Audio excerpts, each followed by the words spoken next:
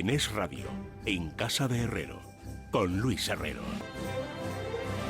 Muy buenas tardes, señoras y señores. Bienvenidos al atardecer de este lunes, día 24 de abril de 2023.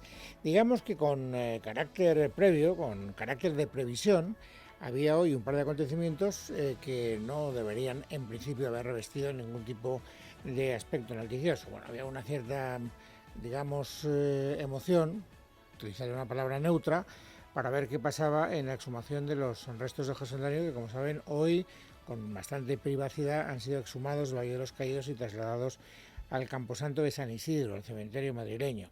Bueno, pues allí, efectivamente sí que se han producido algunos momentos de cierta tensión. Se han producido 3 detenidos, otras 5 personas han sido identificadas, porque un grupo de falangistas pues han tratado de romper el cordón policial por aquello de, pues no sé, montar un poco el número. La verdad es que no se me ocurre ninguna otra explicación. Pero bueno, en todo caso, algo ha pasado, nada del otro mundo, insisto, pero que conviene que ustedes conozcan porque por ahí quieren pasar el relato informativo del día. Javier García. Con la mano alzada y gritando José Antonio Primo de Rivera, unas 150 personas se han saltado el primer cordón policial y han causado diversos altercados con la policía después de que sus restos hayan sido exhumados esta mañana del Valle de los Caídos.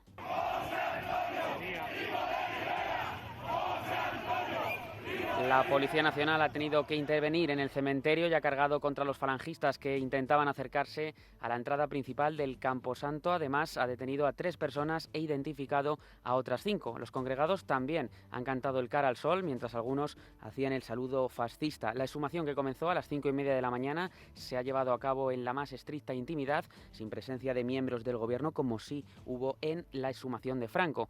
Este es el quinto entierro que se realiza a Primo de Rivera desde que fue fusilado en la cárcel de Alicante en 1936. Ahora sus restos mortales van a estar con los de su hermana Pilar y su hermano Miguel Primo de Rivera, quien fue ministro de Franco. Bueno, es una noticia que tampoco está despertando gran interés porque, insisto, estaba en las previsiones y además se había producido un acuerdo previo con la familia de José Antonio Primo de Rivera, de tal manera que las cosas se han hecho, digamos, civilizadamente bien. Pero fíjense, a propósito de esta autorización familiar de los familiares de José Antonio, hay también un hecho interesante que me gusta resaltar, porque yo creo que en estos pequeños detalles es donde adquirimos cuál es la verdadera situación del momento político que estamos viviendo.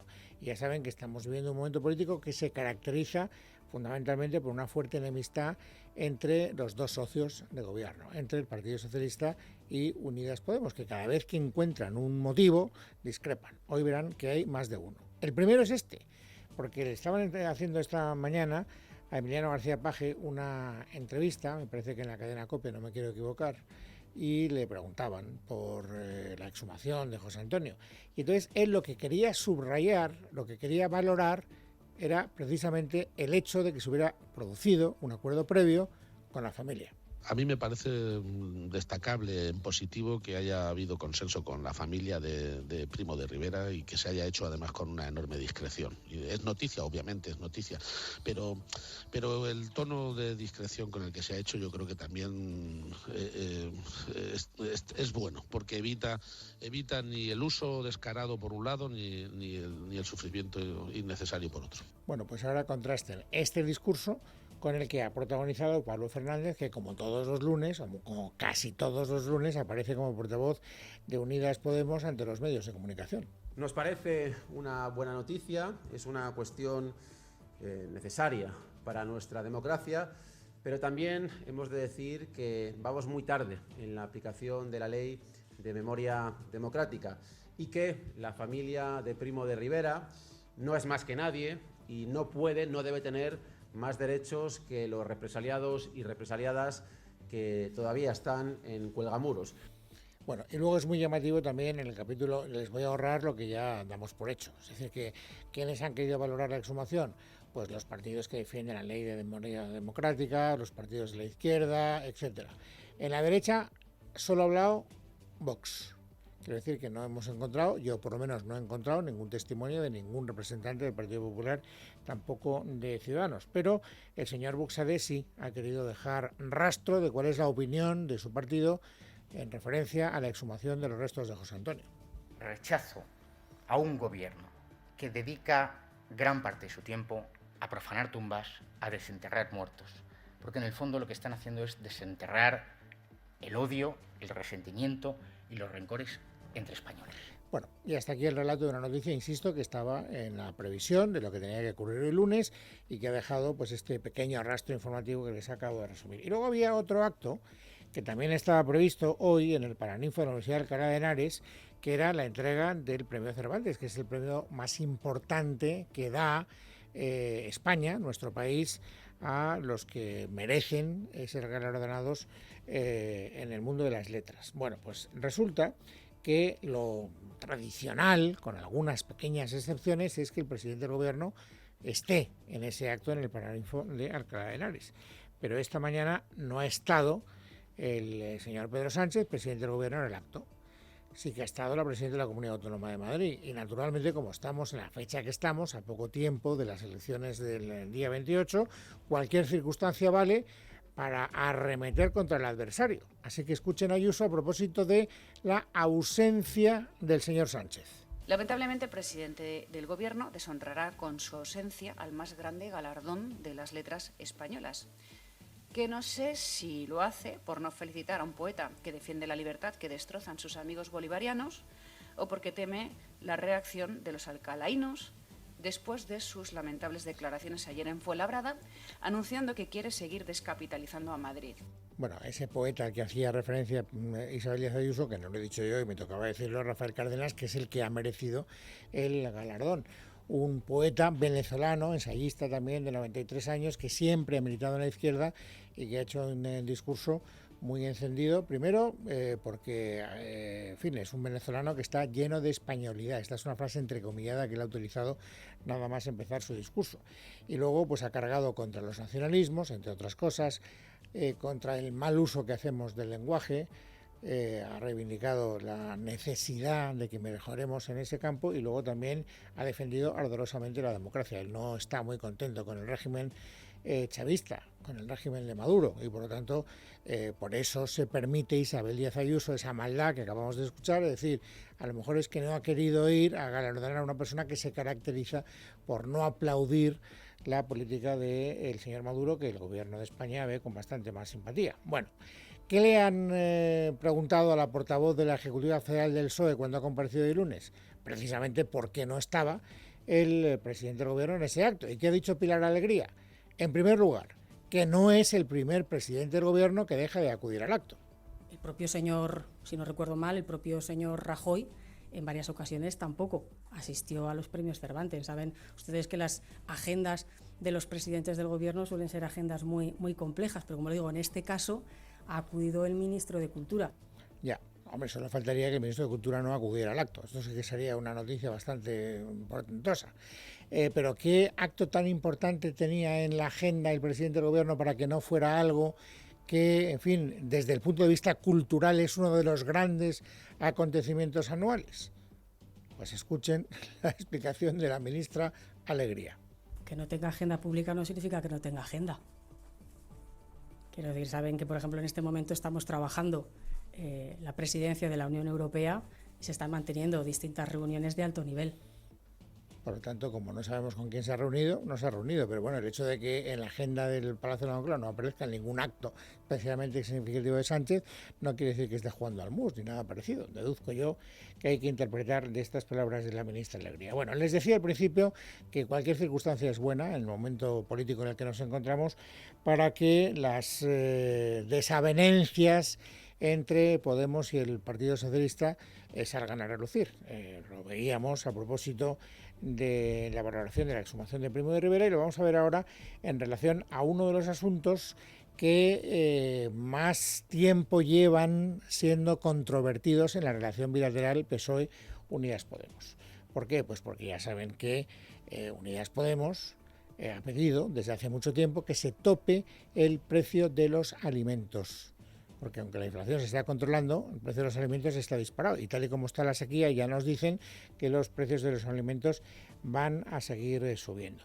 Y esta mañana estaba el ministro de Agricultura en la cadena SER. ¿Y qué ha dicho el señor Planas a propósito de los precios de los alimentos? Escuchen. Les puedo decir que estoy absolutamente convencido de que van a bajar. Y hay una voluntad clara del gobierno, del mismo modo que superamos la pandemia, de superar las consecuencias de la guerra de Ucrania y superar este momento de sequía. Estamos comprometidos con los ciudadanos y vamos a salir adelante. No solo eso, sino que el señor Planas ha dicho una segunda cosa, y es que es falso de toda falsedad que en este momento estén haciendo su agosto, se estén forrando los distribuidores. No, yo creo que no. Sinceramente no. Yo creo que la distribución evidentemente está ganando dinero, pero de forma, entre comillas, se puede calificar de razonable.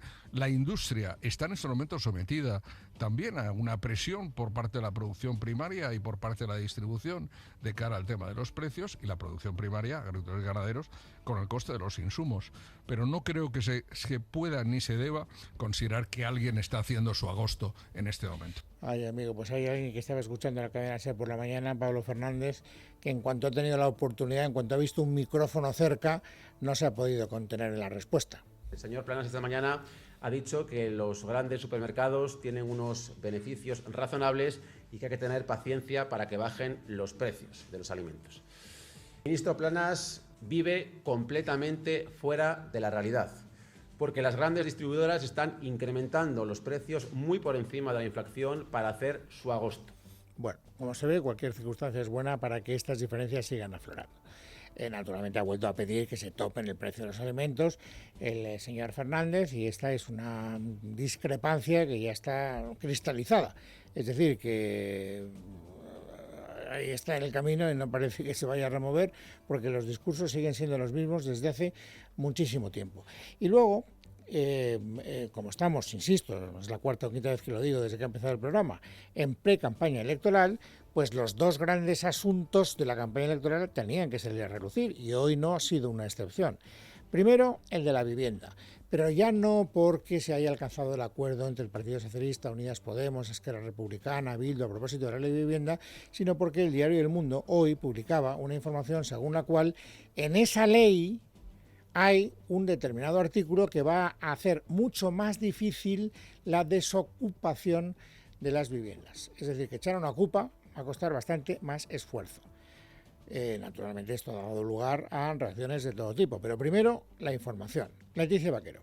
Fue en la Comisión de Transportes de la semana pasada cuando PSOE, Unidas Podemos, Esquerra Republicana, Más País, la CUP, BNG y el PDeCAT sacaron adelante una enmienda para modificar a través de una disposición la Ley de Enjuiciamiento Civil, una modificación procesal que es la que marcará el quehacer judicial en casos en los que se produzcan ocupaciones ilegales, de tal manera que los propietarios van a tener más difícil poder recuperar sus viviendas. Esto es algo de lo que ya alertó la semana pasada el Observatorio Económico de la Universidad Francisco de Vitoria al decir que la nueva Ley de Vivienda obstruye los procesos de desahucio y la ocupación en sí. Lo que dice el texto, sin ser definitivo todavía, es que los propietarios tendrán que demostrar si son grandes tenedores, es decir, con más de 5 viviendas en su poder o no lo son. Pero además tendrán que abrir un procedimiento de conciliación para ofrecerles a los ocupas un alquiler social y para recabar información sobre el inmueble objeto de demanda constituye la vivienda habitual de la persona ocupante y si ésta, el ocupa en sí, se encuentra en situación de vulnerabilidad. Y lo mejor de todo, esa investigación la tendrá que hacer el propietario, como ha explicado a Es Radio Alberto Leonardo, director del EBS Abogados, especializados en Derecho Inmobiliario y de Construcción. La redacción evidencia una deficiente técnica legislativa que puede originar claramente una inseguridad jurídica, y un ejemplo de ello es la necesidad que se establece de aportar con la demanda de desahucio un informe del ayuntamiento, a fin de informar al juzgado, pues si, por ejemplo, al arrendatario que se encuentra en situación de riesgo de exclusión social, cuestión que se traslada al propietario. Considera que la nueva ley dilatará en el tiempo la recuperación de la vivienda o porque tu inquilino te ha dejado de pagar o porque ha entrado como ocupa directamente. Desde el momento que se está trasladando la posibilidad de suspensión automática de un lanzamiento a la aportación o no de un informe de la Administración por parte del demandante, lo que se está haciendo es dinamitar la tutela judicial efectiva respecto a la protección de la propiedad privada. En definitiva, hablamos de una ley que desprotege aún más a los propietarios. Bueno, es curioso porque estas enmiendas que llevan la firma de Esquerra y de Bildu, entre otros grupos, son desconocidas por el Gobierno. Le han preguntado a Yolanda Díaz y ha dicho que no las conocía. Le han preguntado a Pablo Fernández, que es el portavoz de Unidas Podemos, y ha dicho que no las conocía. Eso sí, Pablo Fernández ha querido dejar muy claro como premisa fundamental que, en el fondo, lo de la ocupación no es un problema que preocupe. Es más, desde su punto de vista, casi es un problema inexistente. En ningún caso la ocupación supone un problema. Yo entiendo que la derecha y la ultraderecha, esperemos que el Partido Socialista no compre ese marco, quiera hablar de la ocupación. Puede haber problemas o casos puntuales de ocupación, pero son casos muy puntuales. Ya, pues no sé, a lo mejor el señor Paje se ha dado por aludido y él milita o en la derecha o en la ultraderecha, porque el señor Paje sí que ha demostrado una cierta preocupación por este problema. Tampoco él, hay que decirlo con toda claridad, conocía la literalidad de esas enmiendas que hoy reproduce el diario El Mundo y que nos ha resumido Leticia Vaquero, pero sí que ha dicho en la entrevista radiofónica de esta mañana que le preocupa mucho que esa dificultad añadida para librarse de los ocupas pueda ser un hecho. Si lo que se quiere es hacer más difícil aún echar al ocupa, es decir, al que ha entrado ilegalmente, sin título de propiedad, ni de alquiler, ni de nada, simple y llanamente que ha dado una patada y se ha colocado. Hay mafias en muchas zonas de España donde se dedican a esto. Bueno, pues realmente, si es eso, a mí me preocuparía. Bueno, a él le preocuparía, en condicional. Vamos a ver cómo queda la ley. Es lo que he dicho, mucho más lejos ha llegado el principal partido de la oposición. También es verdad que su obligación es la de hacer todo el ruido que pueda. Así que Borja Semper, a propósito de la cuestión, ha dicho lo siguiente. Tengo que decirles con lamento que Sánchez es una oportunidad fantástica para los ocupas. Sánchez es un chollo para los ocupas, pero también tengo que decirles que este chollo, pues que sea aprovechado por quien así lo quiera en los próximos meses, porque cuando Alberto Núñez Feijóo sea presidente del gobierno, no van a tener esta oportunidad. Bueno, pues si acaso no lo habíamos dicho suficientes veces, anoten que el asunto de la vivienda va a estar muy presente en la pre-campaña electoral, ya lo está siendo desde hace muchos días, y además durante la campaña electoral todavía lo será más, en los mítines, en los actos, etcétera, y si no ya lo verán. Y otro de los asuntos que está muy presente en esta pre-campaña y que también creo que cruzará el umbral de la campaña electoral es el de Doñana. Nos decía el presidente de la Junta de Andalucía, el viernes de la semana pasada, Juanma Moreno, que hoy el consejero de Medio Ambiente de la Junta de Andalucía iba a trasladarse a Bruselas para hablar con el comisario de Medio Ambiente y explicarle lo que pretende hacer el gobierno andaluz. Y que naturalmente estaría muy atento a lo que le dijera Bruselas y que si tenía que corregir alguna cosa, sin ningún problema la corregiría. Bueno, pues esta mañana se ha producido esa entrevista entre don Ramón Fernández Pacheco, que así se llama el consejero andaluz, y el comisario europeo. Poco puedo contar de la reunión, porque poco ha contado el propio Fernández Pacheco.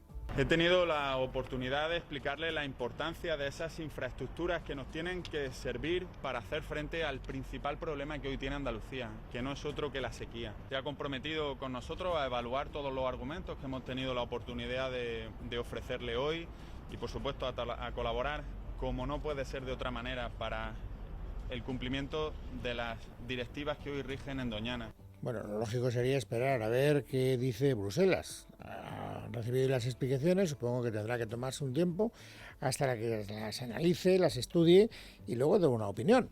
Pero es que el gobierno de España ni siquiera quiere darle esa moratoria al gobierno andaluz. ¿Por qué? Porque parte ya de la base de que lo que quiere hacer el señor Moreno Bonilla es ilegal y por lo tanto prejuzga ya cuál va a ser la posición última, definitiva, de la Comisión Europea. No lo digo yo, lo dice Teresa Rivera, que es la ministra del ramo.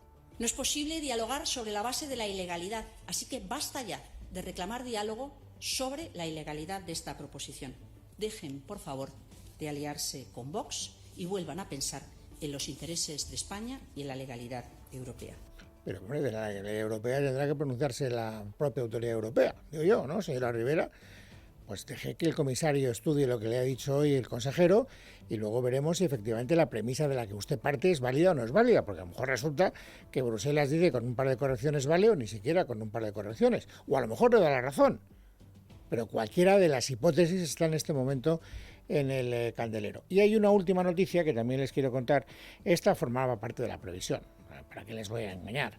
Aunque a lo mejor algún incauto no lo pensara. Y es que hoy tenía que comparecer ante el juez de Arena la señora Ponsatí, que saben que ha estado huida de la justicia durante muchísimo tiempo. ¿Y qué ha hecho la señora Ponsatí? No acudir, naturalmente, a la cita con el juez de Arena. Es decir, darle plantón. Y además, pavonearse, porque ya esta mañana publicaba una fotografía me parece que en Brujas o en algún lugar cercano a Bruselas, diciendo estoy aquí y por lo tanto no estoy allí, no voy a comparecer, no voy a hacerle caso al llamamiento judicial. Esmeralda Ruiz. Los motivos por los que no ha asistido al Supremo, que tenía trabajo y que este era asistir a 2 plenos en el Parlamento Europeo. Es lo que ha alegado la fugada Ponsatí para no presentarse hoy ante el instructor Llarena, que tenía que comunicarle su procesamiento por un delito de desobediencia. Lo cierto es que este plantón no lo hemos conocido hasta prácticamente una hora antes de la citación. Ponsatí había jugado al despiste. Ayer estuvo en Barcelona firmando libros, donde ya insinuó que regresaría a Bélgica sin pasar por Madrid, y esta mañana confirmaba con una foto en Flandes que ya no estaba en España. A esa misma hora, por si quedaba alguna duda, en declaraciones a TV3 su abogado justificaba esta jugada asegurando que su inmunidad parlamentaria la exime de acudir a esa citación del Supremo. Eso y que Llarena no es competente. Los hechos por los cuales se le quiere tomar declaración están prescritos, sin duda. Por otra parte, porque ella tiene inmunidad y el juez Llarena no la está respetando. Por otra parte, el juez Llarena no es el órgano preestablecido por la ley, eso lo dijo el 31 de enero el Tribunal de Justicia de la Unión Europea, y por otra parte, los hechos ni siquiera son constitutivos de delito. Después ha hablado la protagonista en los pasillos del Parlamento Europeo para burlarse directamente del magistrado. El problema es que la obsesión del juez Llarena de hablar conmigo, yo no la comparto. Él tiene muchas ganas de hablar conmigo, pero yo no tengo ganas de hablar con él. Tengo inmunidad y no tengo ninguna obligación de ir a visitarle. Yo sé que va a insistir y ya veremos, pero si nos detenemos en los detalles, por un procedimiento de desobediencia, él no me necesita a mí para nada. La estrategia de la fugada pasa por volver a empujar a Llarena a un aprieto con las autoridades europeas mientras los fugados siguen conservando la inmunidad, recordamos, de manera cautelar, que es la clave de este embrollo y lo que todavía queda por resolver. Ha habido respuesta del magistrado. Pasadas las 2:30 de la tarde, el juez ha solicitado a la Fiscalía, a la Abogacía y a la acusación popular en la causa del Procés que se pronuncien en un plazo de 5 días sobre si procede reactivar la orden de detención nacional contra Ponsatí después de lo que ha sucedido esta mañana. El mismo plazo le da a la fugada para que aporte también justificación documental de haber presentado la demanda de amparo que aduce haber llevado hasta la Eurocámara el pasado 28 de marzo y que ha esgrimido además, entre otras razones, para no acudir este lunes al Supremo. Los plenos a los que dice Ponsatí tener que asistir en Bruselas han comenzado los dos hace escasos minutos.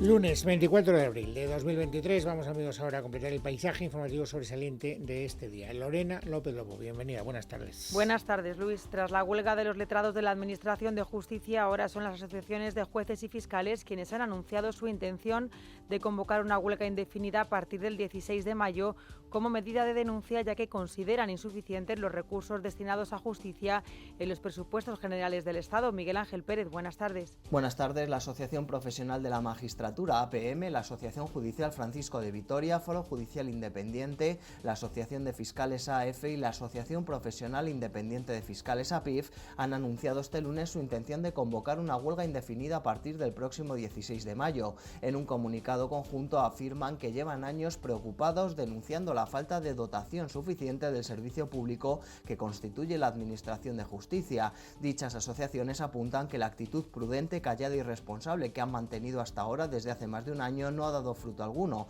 Por ello anuncian su intención de convocar una huelga indefinida que golpeará de pleno al Ministerio de Justicia de Pilar Job. Por su parte, la Asociación Juezas y Jueces para la Democracia y la Unión Progresista de Fiscales UPF estiman oportuno esperar a conocer el planteamiento que dé el Ministerio de Hacienda en la reunión de la mesa de negociación prevista para el 3 de mayo sin renunciar a adherirse a la convocatoria de huelga en función de su resultado.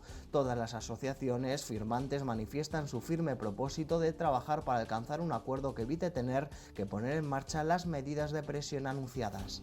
Y en torno a las 11 de esta mañana ha aterrizado en el aeropuerto militar de Torrejón de Ardoz, en Madrid, el avión del Ejército del Aire con 72 ciudadanos evacuados de Sudán, entre ellos 34 españoles.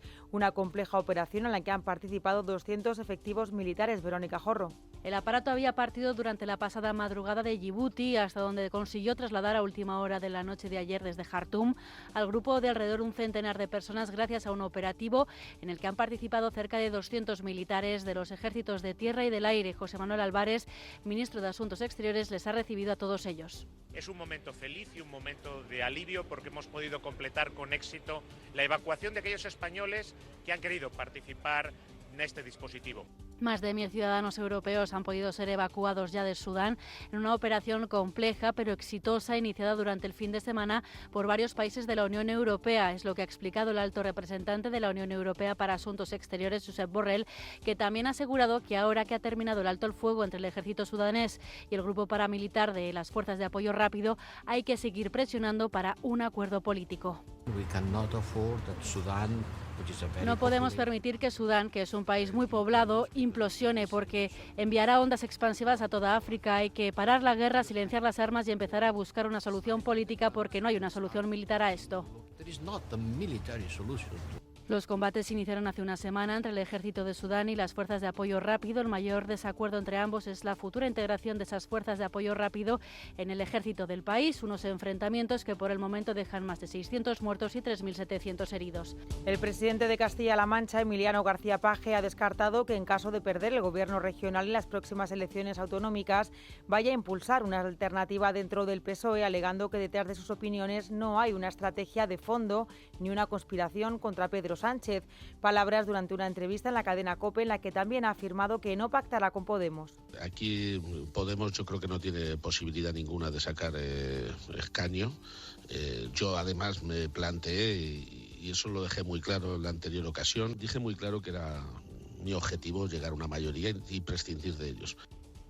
El rey Juan Carlos alarga su estancia en España y tras pasar 5 días en Sanjenjo, donde el mal tiempo le ha impedido salir a navegar como él esperaba, se encuentra hoy en Vitoria, hasta donde se desplazó ayer tarde para someterse a un chequeo médico en una clínica dental donde ha pasado la noche.